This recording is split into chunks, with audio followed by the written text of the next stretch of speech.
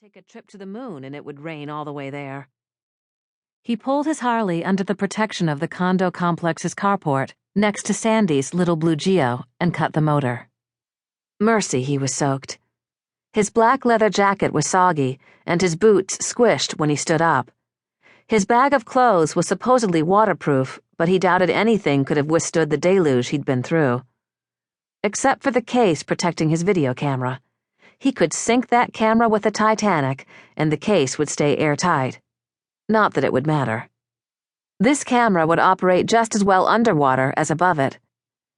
He unlocked the camera case from the back of his bike, and glancing up at the lights blazing in the windows of Sandy's condo, he lugged it and his duffel bag toward the courtyard. Damn, now that he was here, he was scared to death. What was he going to tell her? That 1 minute he'd been sitting in his living room in L.A., trying to unwind after a rigorous 3-month stint on location as a cameraman on a picture about the rainforests, and the next he'd been screaming down the highway toward Phoenix with only his camera and a couple of changes of underwear and t-shirts stuffed into his duffel bag. Was he going to tell Sandy that in L.A., his entire life, his entire existence suddenly seemed so plastic and surreal that he'd nearly panicked, unable to remember a single moment in the past year when he had felt happy, sincerely, honestly, felt happy. But then he'd remembered the trip he and Sandy had made to the Phoenix Zoo the last time he'd been in town. He'd been happy then. In fact, he had been happy the entire 2 weeks of his visit. They'd spent 2 solid days movie marathoning, going to a multiplex theater for the first screening of the day and staying until the place shut down, seeing 6 different movies in a row, living on a diet of popcorn and soda and ice cream nuggets. They'd also gone hiking out in the desert, looking for sidewinders and jackrabbits. 2 kids from the streets of New Jersey versus the wilds of Arizona. They'd laughed so hard it had hurt. Sandy was his best friend, his confidant, his rock in a world of quicksand.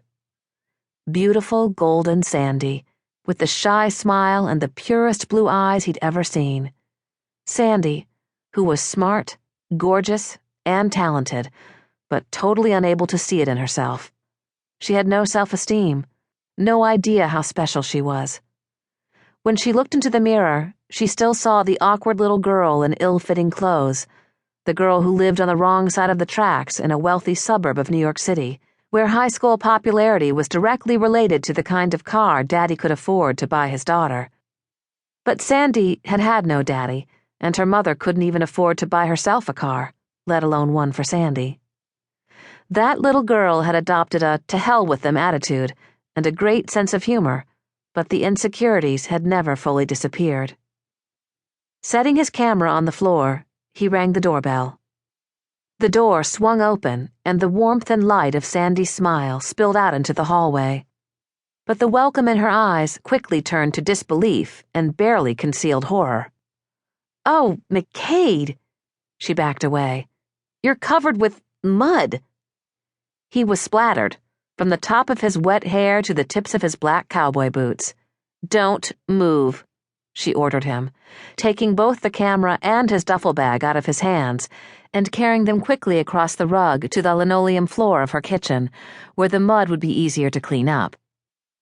"Off," she demanded, coming back out and pointing to his muddy attire. "Everything off out here. You are going directly to the shower. Do not pass go. Do not collect $200.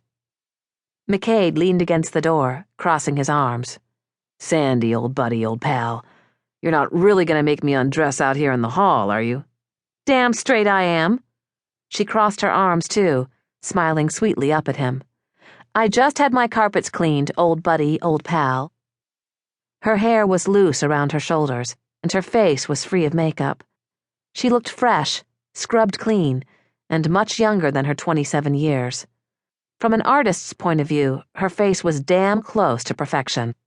It was a near-perfect oval, with a wide, high forehead and well-proportioned cheekbones that took on an almost exotic cast when she smiled.